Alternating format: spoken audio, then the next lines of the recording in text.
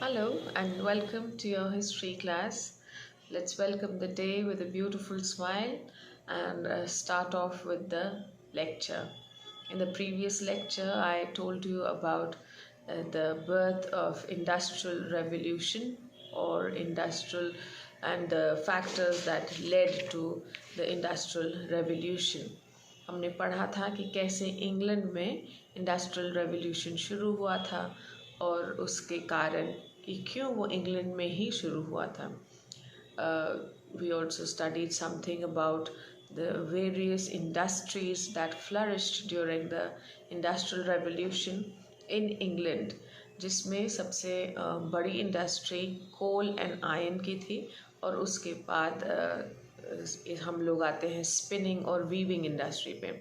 So in this lecture today, I will be talking about these two industries to you, about the coal and iron industry and the spinning and the weaving industry. तो शुरू करते हैं सबसे पहले coal and iron industry से.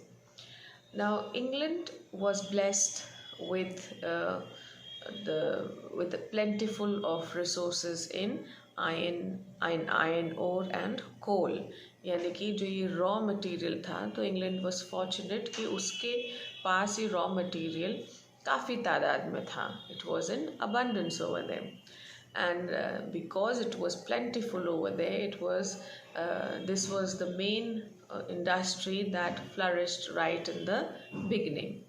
Now we see कि जब हम 18th century की बात करते हैं तो ये जो इंग्लैंड में जो ये यूजेबल आयरन था इसकी स्कैरसिटी हो गई, यानी कि इसकी कमी हो गई. एंड एक्चुअली क्या होता है कि आयरन जो होता है it is drawn out from ore as a pure liquid and this process is called smelting. Smelting यानी कि पिघलाने का प्रोसेस. हम आयरन ओर को पिघलाते हैं और उसमें से हम आयरन निकालते हैं.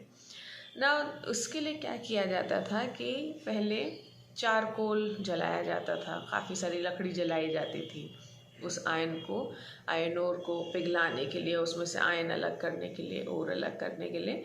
So lots of forest cut off. The timber is wood was cut off and this wood was used to burn and produce fire for the iron to get smelted. लेकिन जो ये चारकोल जलाया जाता था इसमें थोड़ी सी मुश्किलें आना शुरू हो गई. what were the difficulties?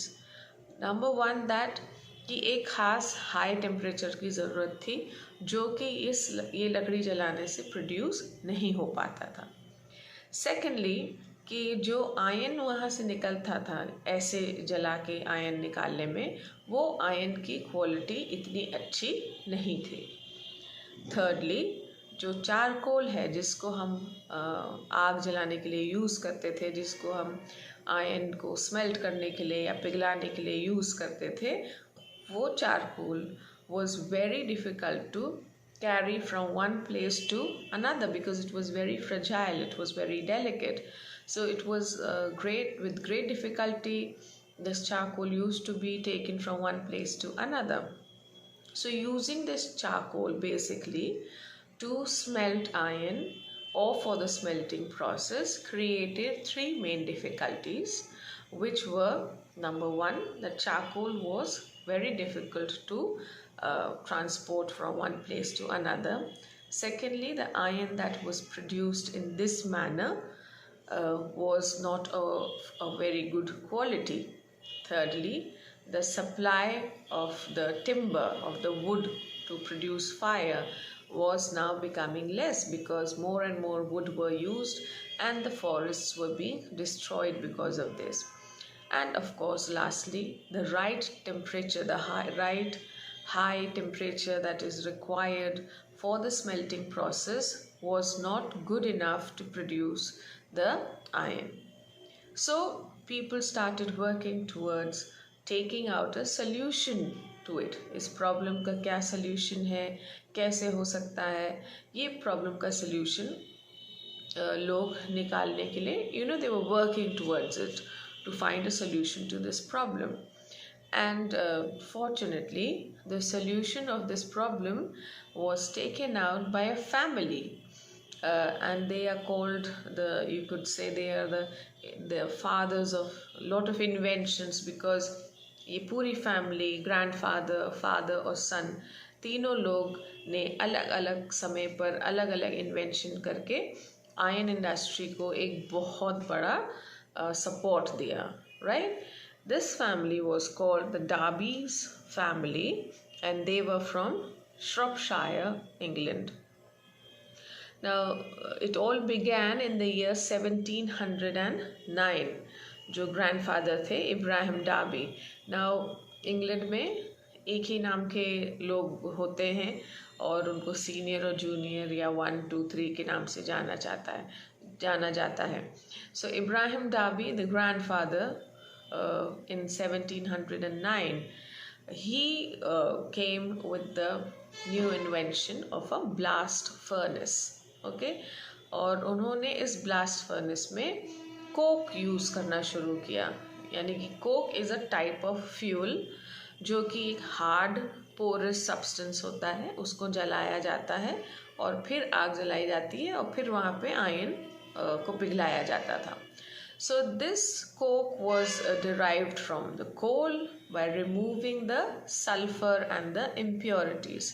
यानी कि जब कोल को जलाया गया कोक यूज़ करके, तो उसमें जो उसकी इम्प्योरिटीज़ थे और जो सल्फर था जो कि थोड़ा हार्मफुल प्रोडक्ट्स थे, उसको हटा के जलाया गया. So it was this invention meant at that time it was a big thing, it helped the iron industry. Later on we see in the year from 1711 to 68, Ibrahim Darby's son, Ibrahim Darby II, he developed wrought iron. Wrought iron होता है थोड़ा सा less brittle होता है, right? And he also और फिर Henry coat थे जिन्होंने दूसरे तरीके का फर्नेस निकाला और उन्होंने आयरन को पिघलाना शुरू करा, which would get rid of the impurities of the iron. तो जब चारकोल से जलता था तो उसमें से बहुत सारी ऐसी गैसेस निकलती थी जो कि लोगों के लिए हार्मफुल हैं, जो उस इंडस्ट्री में काम कर रहे हैं. लेकिन जब इब्राहिम डार्बी और उनके बेटे ने जिस तरीके के फर्नेसेस इन्वेंट किए और जो प्रोडक्ट वो यूज़ कर रहे थे जलाने के लिए, उससे आयरन की इम्प्योरिटीज़ काफ़ी हद तक कम हो जा रही थी, and it was less harmful for the health of the people who were working in these iron industries. Later on we see that in 1770s there was a man called John Wilkinson, और उन्होंने सबसे पहली iron chairs यानी कि कुर्सियाँ iron की, he was the first one to make those iron chairs.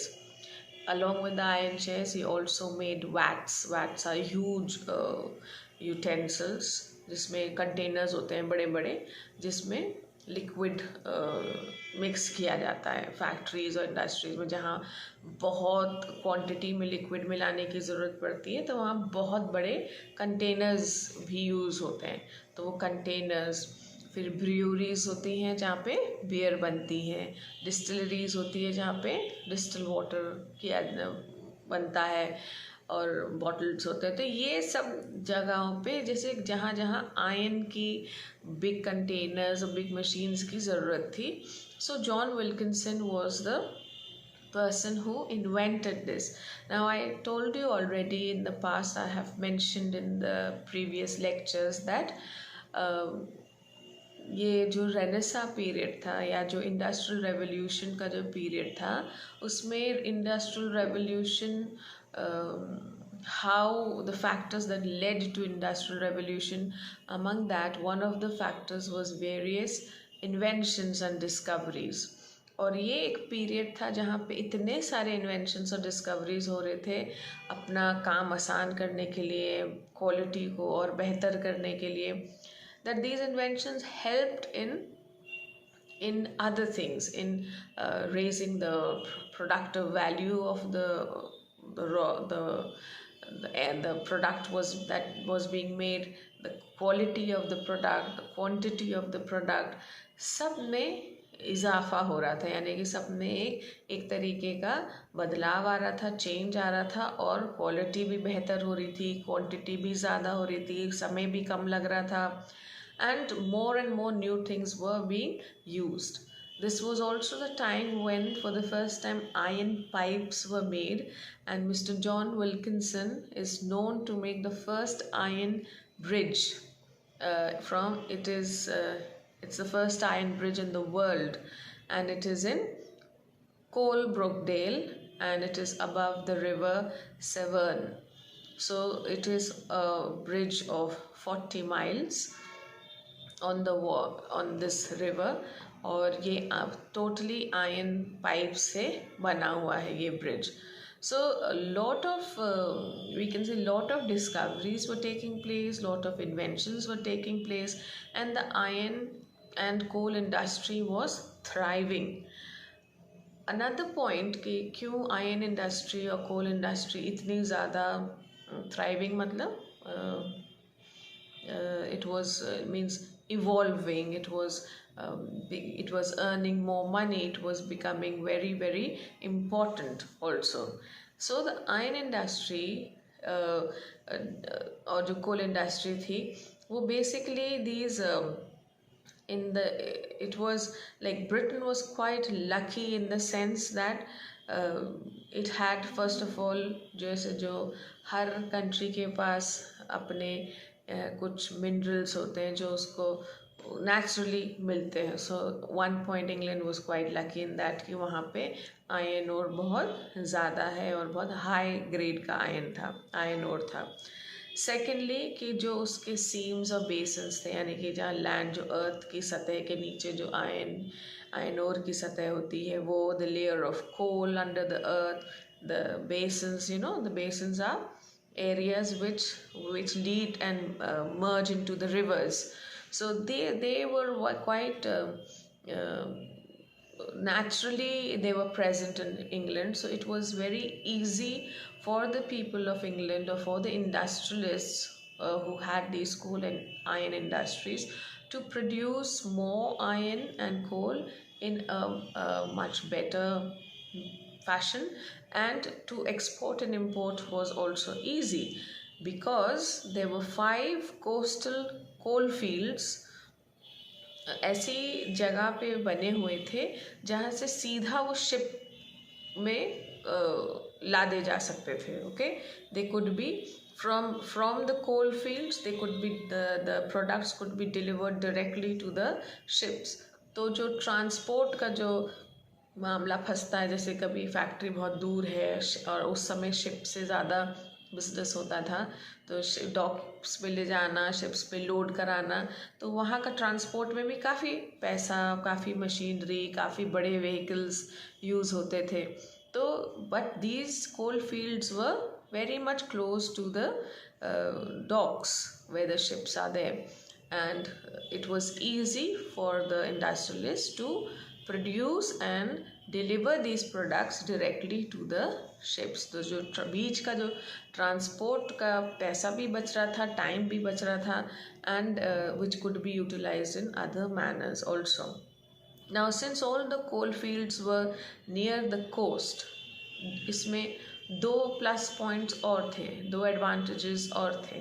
वो क्या था कि number 1 that shipbuilding increased, and secondly shipping trade increased. यानी कि नंबर ऑफ शिप्स, जो शिप बनने में भी काफ़ी मेहनत का काम है, काफ़ी पैसा लगता है और काफ़ी रॉ मटेरियल यूज़ होता है. तो इट वाज क्योंकि ये कोल फील्ड्स वगैरह सब सी कोस्ट पे थे और it was easy for them to transport the material. So ship building का जो काम था वो भी बहुत इंक्रीज़ हुआ.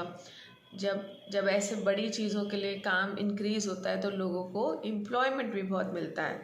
सो employment also increased because more and more people were given job in these places.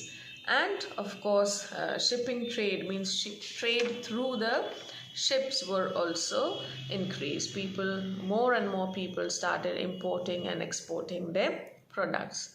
So the British iron industry between 1800 to 1830 यानी कि 30 सालों में वो 4 गुना ज़्यादा बढ़ गई. So it was an industry which was giving profit to England, to Britain, and making it more richer. Already it was one of the most powerful countries of Europe, and with this flourishing industry of the iron and coal industry, it gained momentum, it gained more power, and England became the most superior power of Europe to produce iron and coal. Then now we come to the cotton spinning and weaving industry. Now England is always or has always been known for weaving cloth of wool and flax. Now 17th century में इस समय या हम जिस century की बात करें जिस 17th century में, that time India was the colony of England and it was a British colony. और जितना कॉटन है जो ब्रिटेन के पास आता था वो इंडिया से ही आता था. शुरू में finished products were brought from India to England, means they were imported from India to England, but later on सिर्फ धागा आता था और फिर इंग्लैंड में ही उसका यान बनता था, फिर वो वीव होता था कपड़े में और फिर उसके फिनिश प्रोडक्ट्स बनते थे. राइट यानी कि शुरुआत में कपड़ा शर्ट्स के फॉर्म में, एनी ड्रेसेस के फॉर्म में या जो भी उनको चाहिए था, वो finished products were brought from India to England, but later on only the raw material was brought and it was spinning and weaving was done in England itself. उसके क्या reasons थे? Now first of all, again, that there were lots of inventions like flying shuttle loom, like spinning jenny, water frame, mule, power loom. These are all machines, names of machines which were discovered or invented from 1704 to 1787. और इस बीच ये जितनी flying shuttle और spinning jenny है ये थे जो धागा यान बनाते थे, यानी कि कैसे रॉ मटेरियल से पहले धागा बनता था और फिर धागा से कैसे वो कपड़ों में वीव होता था. तो इंडिया में हैंडलूम्स थे, तो हैंडलूम पे वीव होता था तो उसमें समय बहुत ज़्यादा लगता था. लेकिन जब पावरलूम आ गया ब्रिटेन में तो सीधा धागा इंग्लैंड आता था और वहीं पे पावरलूम से यानी कि बिजली से चलते थे वो लूम्स और उसी पे कपड़ा बनता था. सो उससे क्या फ़र्क पड़ा कि more cloth was made in less time and the production increased double and treble, right? So actually what happens was that a series of these technological discoveries and inventions led to more efficient production increased, quality also became much better, and the demand of this cotton also increased in England.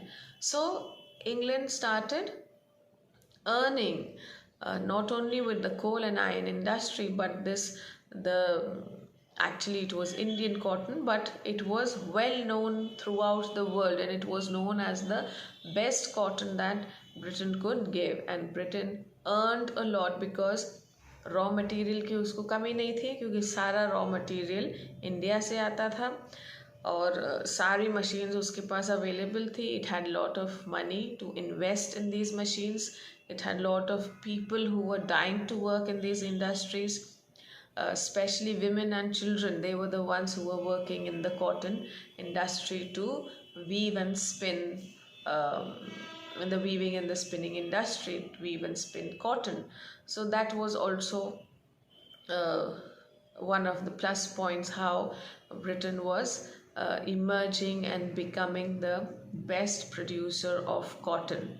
So, like this, we see that the coal and the iron industry, plus the cotton spinning and weaving industry, all these industries flourished. और उसके reasons हैं, दो तीन reasons हैं जो आपको याद रखने पड़ेंगे. Number one, the number of inventions and discoveries that took place, because बड़ी बड़ी मशीन्स जो कि बहुत ही ज़्यादा रिसोर्सफुल थी, easy to use थे, and it increased the production and quality both, in both the cases. So that was one reason. Secondly, that the investors or the industrialists, I would say, they had lot of capital, lot of money to invest and buy such heavy and expensive machinery. So it was very easy for them to afford such big machines, through which their work became easier. Thirdly, जो हालांकि नौकरी तो काफ़ी लोगों को मिली, employment was given to lot of people, and I already told you in the last lecture that people, more and more people in great numbers flocked to the cities to work in these industries and factories. But unfortunately, there were a lot of health hazards in the beginning years, in the primary years of industrialization. Later on, when we see the unions, trade unions and factory unions coming up, we see that these problems are adhered to, and they are solved to a certain level.